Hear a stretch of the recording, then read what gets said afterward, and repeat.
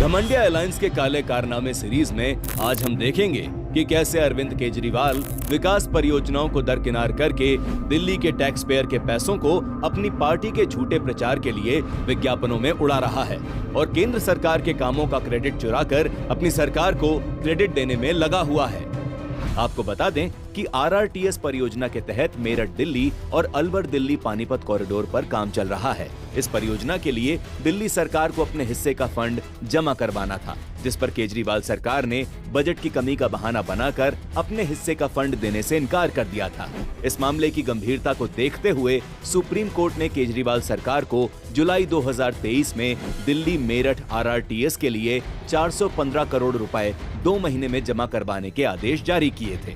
इसी तरह कोर्ट ने अलवर और हरियाणा को पानीपत से जोड़ने वाली अन्य 2 परियोजनाओं के लिए 150 करोड़ रुपए का शेष भुगतान करने के भी निर्देश जारी किए थे, लेकिन केजरीवाल सरकार ने दिए गए तय समय पर भुगतान नहीं किया, जिस पर कोर्ट ने 21 नवंबर 2023 को फिर से दिल्ली सरकार को आरआरटीएस परियोजना में भुगतान के लिए 7 दिन का समय दिया था। लेकिन एक बार फिर केजरीवाल ने सुप्रीम कोर्ट के आदेशों की अवहेलना करते हुए फंड जमा नहीं करवाया। केजरीवाल की इस मक्कारी पर सख्त रवैया अपनाते हुए 14 दिसंबर को कोर्ट ने एक बार फिर दिल्ली सरकार को बड़ी फटकार लगाई और अलवर दिल्ली पानीपत आरआरटीएस परियोजना के लिए 7 दिन के भीतर फंड जारी करने की चेतावनी दी। साथ ही कोर्ट ने ये भी कह दिया है कि दिल्ली सरकार विज्ञापन बजट का पैसा काटने के लिए मजबूर न करें।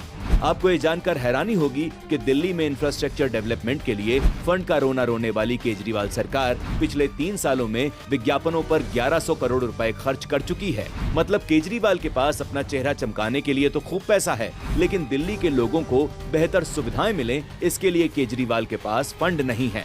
वहीं दूसरी ओर दिल्ली में बढ़ते प्रदूषण और डीटीसी की खस्ता हाल बसों से जनता को निजात दिलाने के लिए केंद्र सरकार ने फेम इंडिया स्कीम के तहत डीटीसी के बेड़े में अब तक कुल 1300 नई इलेक्ट्रिक बसें शामिल की हैं, जिसका केजरीवाल क्रेडिट चुराने में लगा हुआ है। बीते 8 सालों में केजरीवाल सरकार न तो दिल्ली का प्रदूषण रोकने में कामयाब हुई और न ही डीटीसी के बेड़े में कोई नई बस शामिल कर पाई। अपनी इसी नाकामी को छिपाने के लिए केजरीवाल सरकार अब केंद्र के कामों को अपना बताकर झूठा प्रचार करने में लगी हुई है। इससे एक बात तो साफ हो गई है कि केजरीवाल के पास ना तो कोई विजन है और ना ही काम करने की नीयत। इसका मकसद तो सिर्फ जोड़ तोड़ की राजनीति करके घमंडिया अलायंस के सहारे देश की सत्ता तक पहुंचना है।